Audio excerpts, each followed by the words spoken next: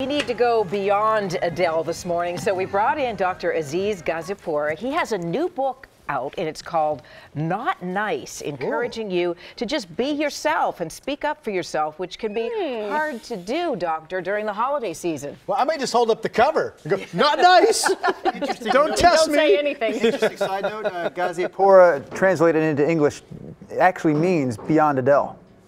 Oh, yes. Finally, the recognition that I deserve. Yes, Thank you, sir. You're welcome. You're welcome. Your suggestions are during this time of the year, and like we were saying, you know, we want to go beyond the Adele solution. So your thoughts on this topic? Sure. Well, I mean, I think it's all in the title of that book, Not Nice. And a lot of people think not nice means you, I don't know, yell at your grandma and cause a big scene. That's what I'm thinking. You could do that. Actually, it's really to be more yourself, honor yourself more, be able to take care of yourself more, and then from that place be more bold and authentic, which a lot of us don't do around family. That's like the last place we can be ourselves often. Well, some of us get stressed just feeling guilty about stressing about the family. Yes. You know, I mean, even before you go to the dinner, you're anticipating what can happen. So how do you nip it in the bud before you even get there? Sure. I think first and foremost, there's a lot of focus on the cheer and the merriment and the connection, and that's part of it. And at the same time, we want to acknowledge that for a lot of people, meeting with family, parents, extended family can stir up a lot, and that's okay. So if we start beating ourselves up for that before the event, that's not going to help. So just acknowledge, yes, this can be stressful. That's the first step. The second thing is you actually want to pre-plan your holiday with the family. Most of us don't. We just show up and we're like, okay, what's happening? What are we doing? But actually think about, who would I want to spend time? Do I want to have a conversation, a one-on-one with my mom? Do I want to, go for a ride with my dad? And actually make that happen. Steer it the way you want it to go. Topics I should avoid, is that part of the steering? Sure, like I want to talk with so-and-so about this. I don't want to talk about politics with my Uncle Larry or something like that. Because you know it's going to cause an argument. Well, here's what happens. You start the political conversation with someone you trust, but then Uncle Larry bullies his way to the conversation. Then it's on. You tried to avoid him. He made his way into the conversation. Larry. I'm sensing a personal counseling session for Drew right now. No. Sometimes I believe in avoidance altogether. If you know that you've been invited to someone's house that you don't get along with, maybe you just don't go. Run from your problems, Dr. Aziz. That is an option.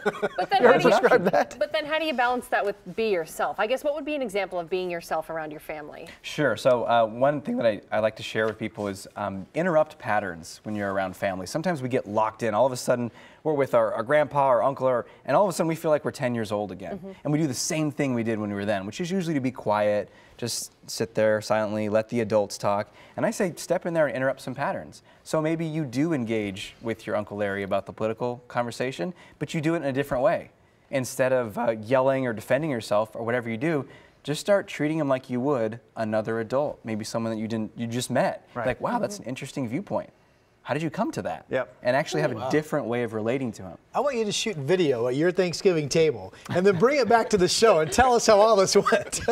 Just me sitting quietly while Uncle Larry. Taking space as well. So is at some point, do you remove yourself, maybe take a walk out to the backyard? Or? It's essential. I mean, first and foremost, and that's a key theme throughout the book, is we have to be able to take care of ourselves. Operate from a place of healthy self-interest. So you don't have to be with everyone 24/7 for 4 days in a house.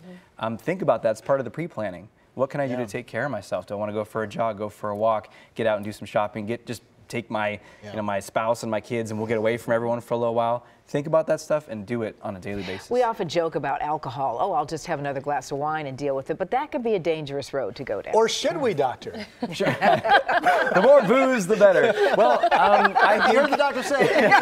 Okay. Heard it here.